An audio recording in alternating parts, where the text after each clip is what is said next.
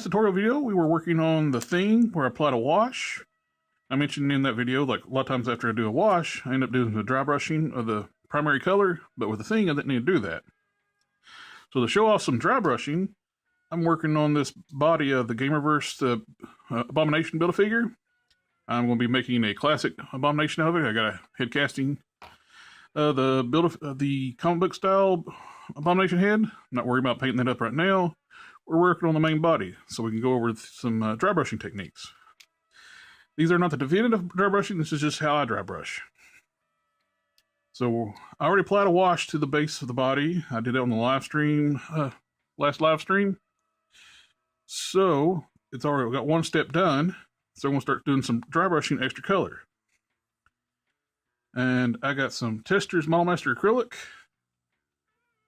green zinc chromate.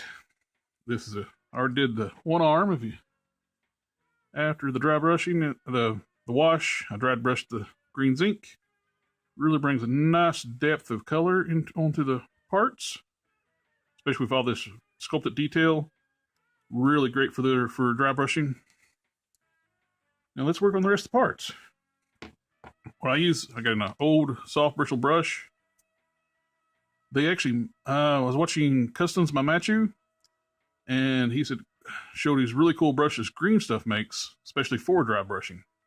I haven't ordered any of those yet, so I'm just going to be using these old fat bristle brushes. So let's get started. With dry brushing, you don't want a lot of paint on your bristles. So I keep a piece of scrap paper or plastic, anything I got laying around. Take your paint and basically just get your brush wet. Dab off excess onto your scrap paper. Key is keeping your paint light. And just do light strokes.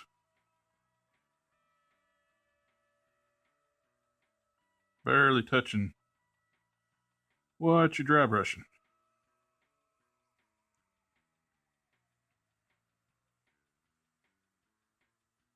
And there you go, you can see all the nice color coming out.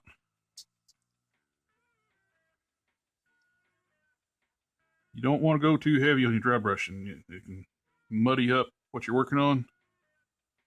Same way with washes. You go too heavy on your washes. You got to find the right balance of the amount of paint that you want to put on your figure to really bring out the detail.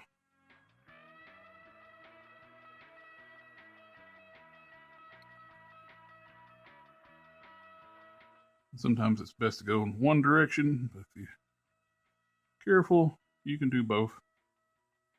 Just keep your brush not putting too much pressure on one spot.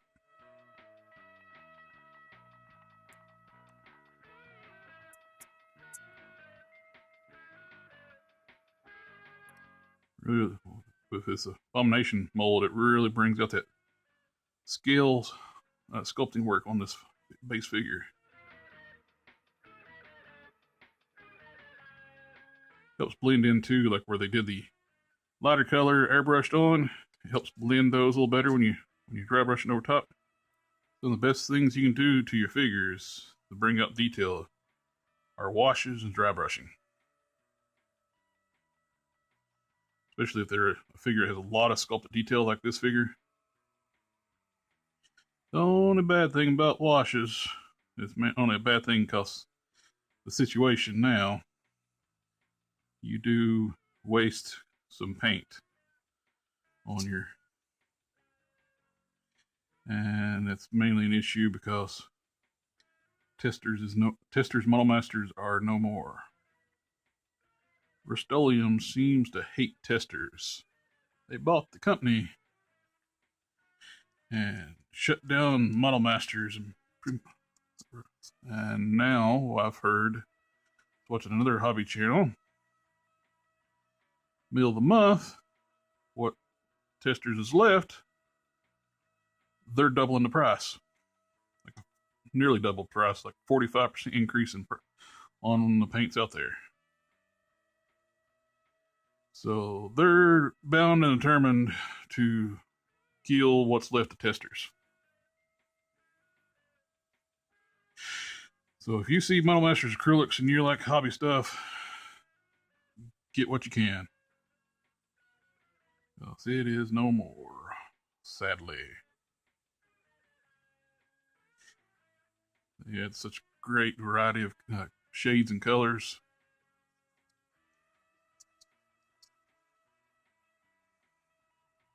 It's so easy to mix and match paints and to basically blend anything you want. I was able to, the Doctor Strange, Classic Strange I was working on, and I was able to easily mix the right shade of blue using Model Masters. A little bit of French blue, some gloss purple, dash of white. Matched up the blue on the Doctor Strange figure perfectly. So you can see the dry brushing really caught those veins and really brought those out in that arm. A little bit more on the other arm. Ooh. And that's one of the good things about using acrylics. Two, you have a mistake. There we go. I was able to wipe it off before it dried. Water-based paints are wonderful for no matter how long you've been doing this, stuff, accidents happen.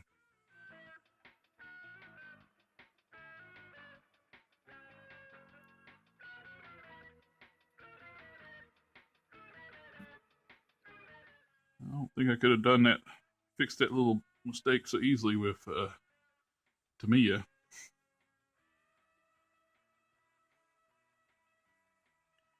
It's not as forgiving. You can't really use Tamiya straight out of the bottle either. Not my experience. You gotta thin that stuff down some when you're working on it, working with it. That looks really nice. Really brings out all that beautiful detail in this figure.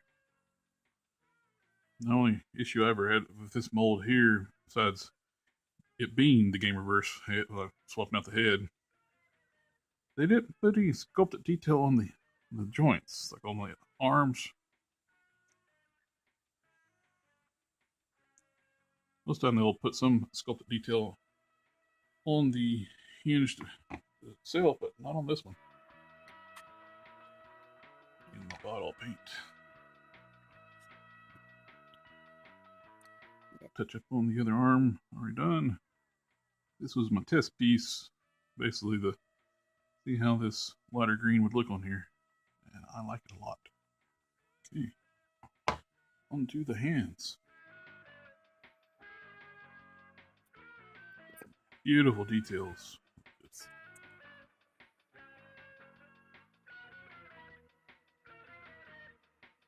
Swiping of your brush.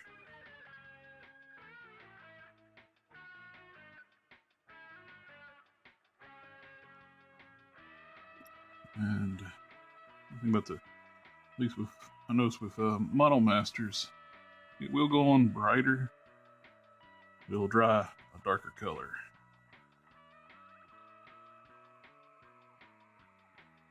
That's the one thing I gotta get used to with mixing new paints. You've worked with testers so much, I pretty well know what the result's going to be when I'm mixing paints up and I see the shade I want. When I was doing the Doctor Strange,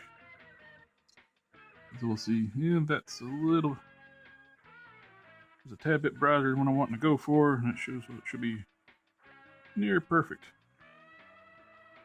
Beautiful.